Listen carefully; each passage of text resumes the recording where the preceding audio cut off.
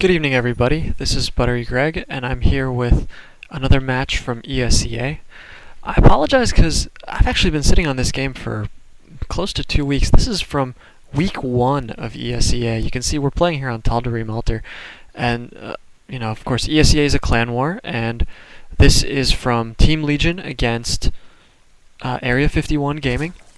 And our two players are going to be JimRiSiNg, spawning in the top right as the pink Zerg from Team Legion, and his opponent is going to be Krikara, spawning as the blue Terran in the bottom right.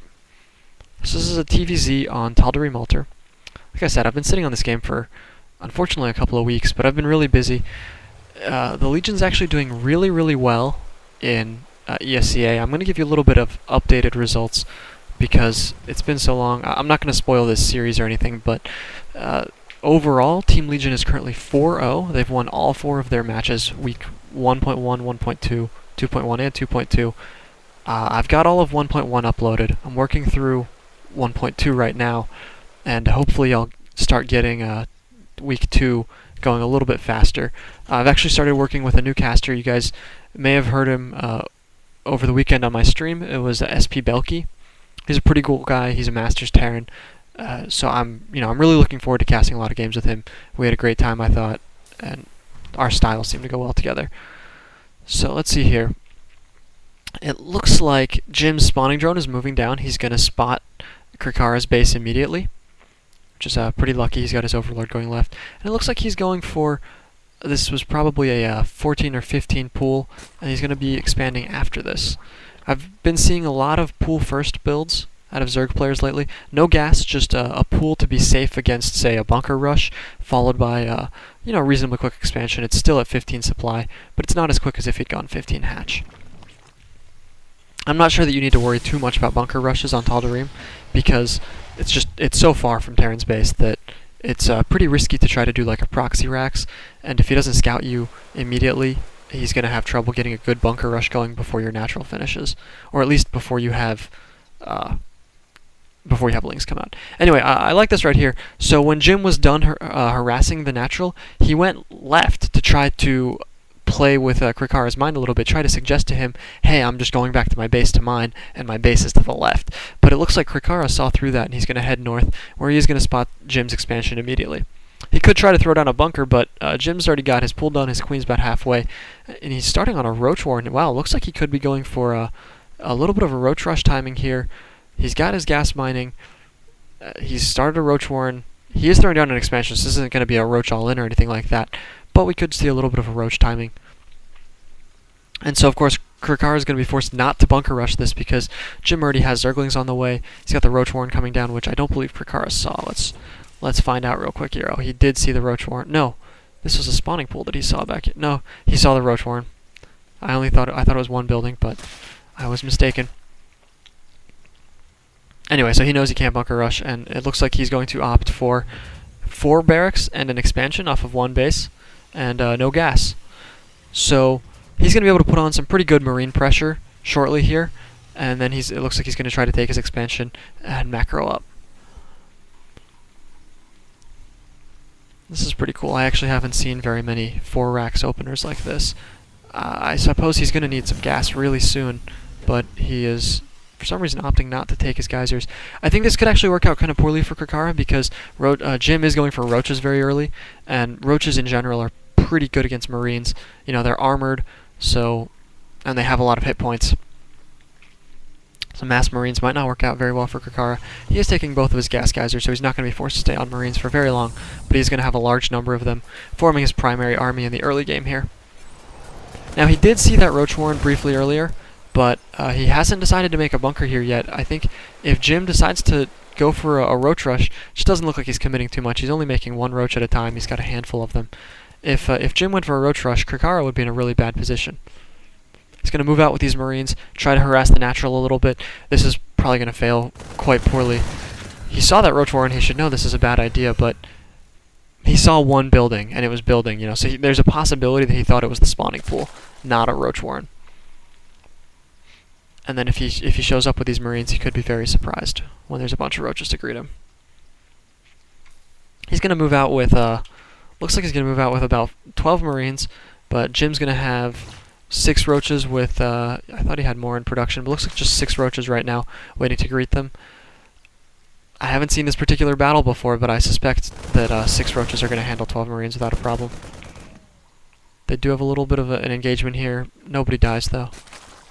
Roaches, of course, regenerate, so I think this works out in Jim's favor a little bit. Krikara does have this bunker down. I wanted to see this. This is good. He's going to need this to defend his natural. Looks like Jim's going to be going for a quick third base. One thing about Tal'darim Altar that a lot of people, I think, I wouldn't say struggle with, but are have to modify their game plan a little bit with, is you can't take a super fast third as Zerg with the natural position because these rocks are here. Blizzard loves destructible rocks, so you have to deal with those. So generally, it forces Zerg players to take this third, which is a lot more exposed. It's really far from the natural. It can't be connected by creep. So if Terran were to, say, throw down a drop over here, Zerg is going to have to commit to a lot of static defense to be able to hold this base. However, because Krikara went for such a late gas, he's only got barracks right now. He's got 4 barracks, and he has no factory, so he's stuck on just bio, which means that Jim's actually going to be pretty safe with this third. Jim hasn't scouted this, of course, so he doesn't really have a good reason to know that he should be taking this third here. He's just taking a calculated risk.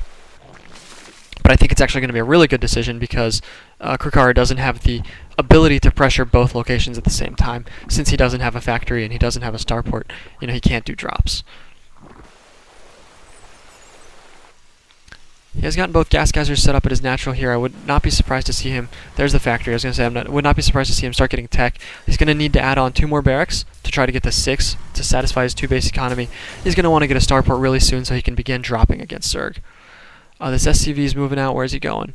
He's going to check out the Zelnaga, and then he's actually going to go for the normal third. So he's going to miss the sneak third here for a little bit, but I'm sure when he sees that the rocks haven't been touched, he's going to know that there's a fake, or not a fake, but a hidden expansion, and he needs to consider doing something about this. Now, personally, I think Krikara should be looking at the long term and taking out these rocks. If you have your army just sitting idle, especially on Tal'darim, really you have no reason not to just destroy those destructible rocks. He's got pretty good vision, so he can see an attack coming, so he has no reason to not worry about it. But he does have a good reason to not take him down. He's got stim almost done, so he's going to be going for a stim timing push here. He's right about to spot this third, so he sees that Jim has taken a third base in sort of a non-standard position, and because it's exposed, I would expect to see him go for it. It looks like he's moving. He's a little bit indecisive at the moment. He's in between the 2 bases. He's going to commit to going up to the natural. I think he's got a pretty good army advantage right now. If he stims, he could be in great position. There's some extra lings coming out for Jim, so if he waits, if he uses these evolution chambers to deny, or not deny, but delay the bio attack, he could mass up a little bit of an army, and he might be safe against this push. This is looking really, really deadly right here, though. Stim has just finished. He's got a massive amount of bio. He doesn't have very many roaches. He's going to stim. The lings basically evaporate, so now it's roaches against a large ball of marauders. Marauders do extremely well against roaches. Things are not looking good for Jim right now. He's behind 30 in supply. A bunch of banelings come out, but they get picked off with some really nice micro there, pulling the Marines back down to 2 roaches. Marauders are almost dead, but they're really, really strong against roaches, so pulls his drones. He could try to attack these Marines, maybe kill them, but he's got 30 lings in production, and hopefully he's going to have them come out and clean up these units here. So that looked pretty scary for Jim for a moment there, but he has come out on top. Looks like he lost only 4 workers in that attack. One of them was probably a scouting drone earlier, so really 3 workers. He managed to trade for a pretty big bio army. We've got another attack coming in. Stim's a little early. He's probably going to snipe this hatchery. The Marauders are unfortunately wasting their shots on the drones, but he's still going to snipe this before the reinforcements get over. Looks like Jim's going to go for a counterattack. He's going to run into the base here. There's a lot of bio. They pick off a lot of those Zerglings, but he is engaging. He's not using the bunker. Oh, man. Looks like he actually doesn't need to, though. He cleans up all of the Zerglings. I didn't need that bunker. He just had 2 medevacs. No big deal. And this hit squad here takes out the third and decides to return home. Jim's got a lot of he's got like 4 Zerglings and a bunch of banelings, but I'm not sure that this is going to be enough to deal with any of these armies, because Krikara has switched into a heavy Marauder force. Banelings do not do enough damage against Marauders. They don't get bonus because Marauders are armored, and Marauders have 125 hit points, which means you need a lot of Banelings just to kill 1. Let's see how much damage do they do here. Looks like they do 22 damage against not armored units. So you need more than 5 Banelings to kill 1 Marauder, which is not cost effective at all. Zerglings are much better at taking out Marauders. We got another Marine Marauder medevac push moving out here. And I think this could be it. This is a really, really strong army here, and Jim's sitting on only Zergling Marauder. He doesn't even have very many Zerglings at that. He's got about 18 Zerglings and 6 Banelings. That's not going to be enough to handle this force. He's got more Marauders than Jim does Banelings, which is going to be enough to clean up just about everything. I think unfortunately Jim needed to get some higher tech units here. Moves in with the Banelings. It looks like they do no damage. Krikara pulling all of his Marines back. Very nice micro. He's just got a large Marauder ball left now, and Jim's forced to GG.